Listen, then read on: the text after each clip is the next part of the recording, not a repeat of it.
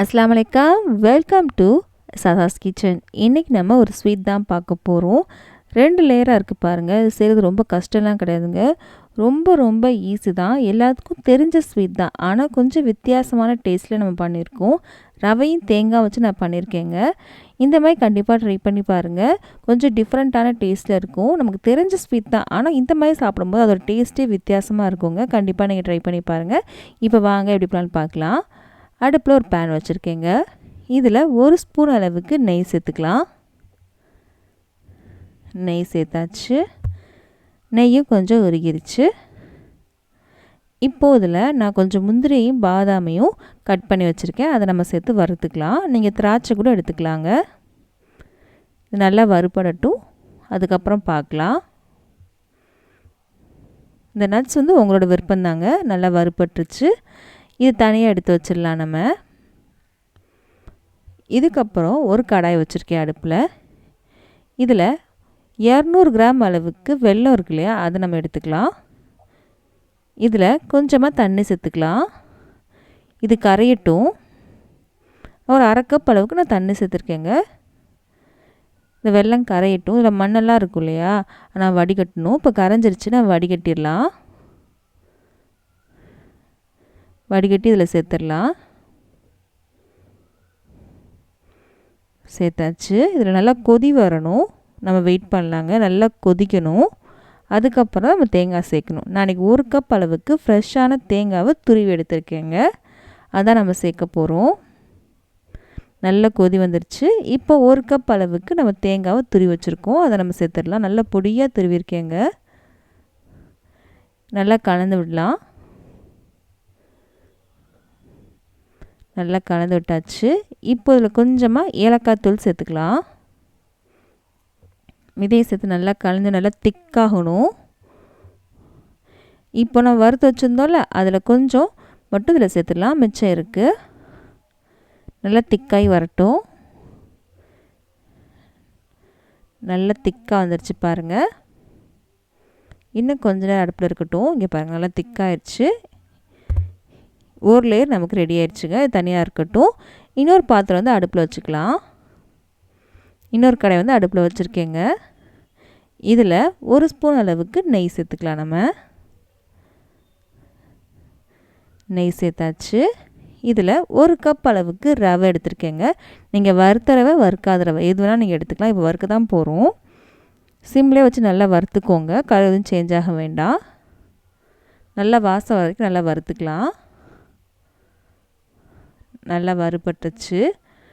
இப்போது இதில் நம்ம என்ன சேர்க்க போகிறோம் அப்படின்னா, நம்ம சர்க்கரை சேர்க்க போகிறோம். நான் இன்றைக்கி 2 டேபிள் ஸ்பூன் அளவுக்கு சர்க்கரை சேர்க்க போகிறேங்க. ஜாஸ்தி வேணாலும் சேர்த்துக்கலாம். நம்ம 2 லேயர் சாப்பிடும்போது வெல்லத்தோட ஃப்ளேவர் தான் நிறையா இருக்கணும், அதோட இனிப்பு தான் இருக்கணும் அப்படின்றதுக்காக நான் சர்க்கரை கொஞ்சம் கம்மியாக தான் எடுத்திருக்கேன். நீங்கள் ஜாஸ்தி கூட எடுத்துக்கலாம். உங்களோட விருப்பம் தான் இது.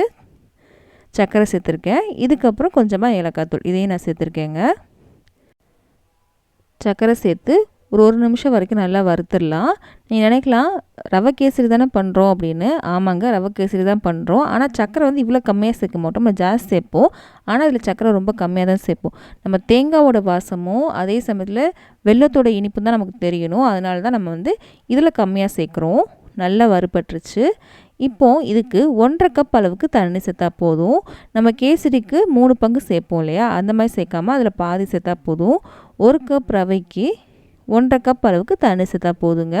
நீங்கள் எந்த இதில் அளவு எடுக்கிறீங்களோ அதில் நீங்கள் தண்ணி மெஷர் பண்ணிக்கோங்க. இதில் நான் கொஞ்சமாக மஞ்சத்தூள் தான் சேர்க்குறேன் கலருக்காக. உங்களுக்கு எந்த கலர் வேணும்னா நீங்கள் சேர்த்துக்கோங்க. மஞ்சப்பொடி இதில் சேர்க்குறதுனால வாசம் எதுவும் வராதுங்க. மஞ்சப்பொடியோட வாசம் எதுவும் வராது. பாருங்க, நல்லா திக்காயிடுச்சு.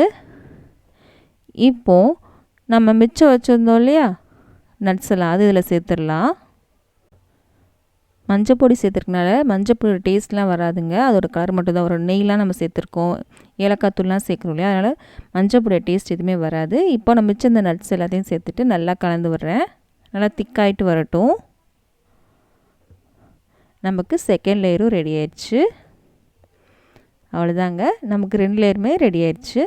இப்போது நம்ம இதை செட் பண்ணணும். இது 2ம் சேர்த்து சாப்பிடும்போது தாங்க செம்ம டேஸ்ட்டாக இருக்கும்.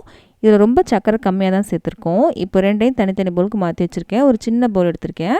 உங்கள்கிட்ட எந்த கிண்ணம் இருந்தாலும் நீங்கள் எடுத்துக்கோங்க. எதில் செட் பண்ண போகிறீங்களோ அதை நீங்கள் எடுத்துக்கோங்க. இதில் கொஞ்சமாக நெய் தடவிருக்கேன். நம்ம டீமோல்ட் பண்ணும்போது ஈஸியாக வரணும் அப்படின்றதுக்காக.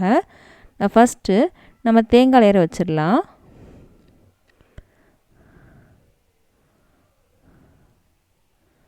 தேங்காய் லேயர் வச்சாச்சு. எவ்வளோ வேணுமோ அதை வச்சுட்டு இது சமப்படுத்திக்கலாம். ஸ்பூனை வச்சு சமப்படுத்திக்கலாம். சமப்படுத்தியாச்சு. செகண்ட் லேயராக நம்ம இந்த ரவை கேசரி பண்ணி வச்சுருந்தோம்ல சக்கரை கம்மியாக அதை நம்ம சேர்க்கலாம். இது ரெண்டையும் சேர்த்து சாப்பிடும்போது நமக்கு இனிப்பு கரெக்டாக வந்துடுங்க. நம்ம கேசரிக்கு சேர்க்குற மாதிரி சக்கரை ஜாஸ்தி சேர்த்தோம் அப்படின்னா ரொம்ப இனிப்பாயிரும், திகட்ட ஆரம்பிச்சிரும். அதனால தான் கேசரியில் நம்ம கம்மியாக சேர்த்துருக்கோம் சர்க்கரையை.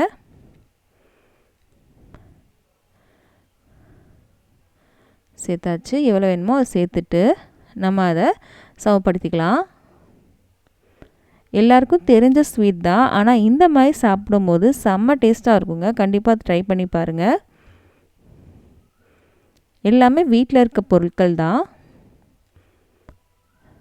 கரெக்டாக சமப்படுத்திட்டோம். இப்போ இதை நம்ம டீமோல்ட் பண்ணலாம். ஈஸியாக வந்துடுங்க. நம்ம நெய் தடவி இருக்கோம் இல்லையா, அதனால் சீக்கிரமாகவே வந்துடும், ஒன்றும் பிரச்சனை இருக்காது. கரெக்டாக நான் ஷேப் கொடுத்துட்டு நான் டீமோல்ட் பண்ணிக்கிறேன். ஒரு தட்டில் நம்ம டீமோல்ட் பண்ணிடலாம். இங்கே பாருங்கள், லைட்டாக தட்டினோம் அப்படின்னா வந்துடும். 2 லேயராக செமையாக வந்திருக்கு பார்த்தீங்களா? பார்க்கவும் அவ்வளோ அழகாக இருக்குது. இந்த மாதிரி தான் பண்ணணும்ல, உங்களுக்கு க்ரியேட்டிவ் ஏற்றாப்புல நீங்கள் டிஃப்ரெண்ட்டாக கூட பண்ணலாம். ஒரு கிளாஸில் ஒரு லேயர் கேசரியும் ஒரு லேயர் தேங்காய் லேயர் அந்த மாதிரி கூட வைக்கலாம். அதுவும் சூப்பராக இருக்கும், பார்க்குறதுக்கும் அழகாக இருக்கும், டேஸ்ட்டாகவும் இருக்கும். உங்கள் க்ரியேட்டிவ் தாங்க எல்லாமே. ரெண்டும் சேர்த்து சாப்பிட்டிங்கன்னா செம்ம சூப்பராக இருக்கும். கண்டிப்பாக நீங்கள் ட்ரை பண்ணி பாருங்கள், எல்லாத்துக்கும் ரொம்ப பிடிக்கும். இந்த வீடியோ பிடிச்சிருக்கும் நம்புகிறேன். பிடிச்சிருந்துச்சு அப்படின்னா மறக்காமல் நம்ம சேனலை சப்ஸ்கிரைப் பண்ணிடுங்க. பக்கத்தில் இருக்க பெல் பட்டனையும் கிளிக் பண்ணிடுங்க. அப்போ தான் இனிமேல் போட போகிற எல்லா வீடியோவும் சேரும். இந்த மாதிரி ரெசிபிஸ்லாம் உங்கள் ஃப்ரெண்ட்ஸ்க்கும் ஃபேமிலிஸ்க்கும் பிடிக்கும் அப்படின்னா அவங்களுக்கு இந்த வீடியோ ஷேர் பண்ண மறக்காதீங்க. நம்ம அடுத்த வீடியோ சந்திக்கலாம்.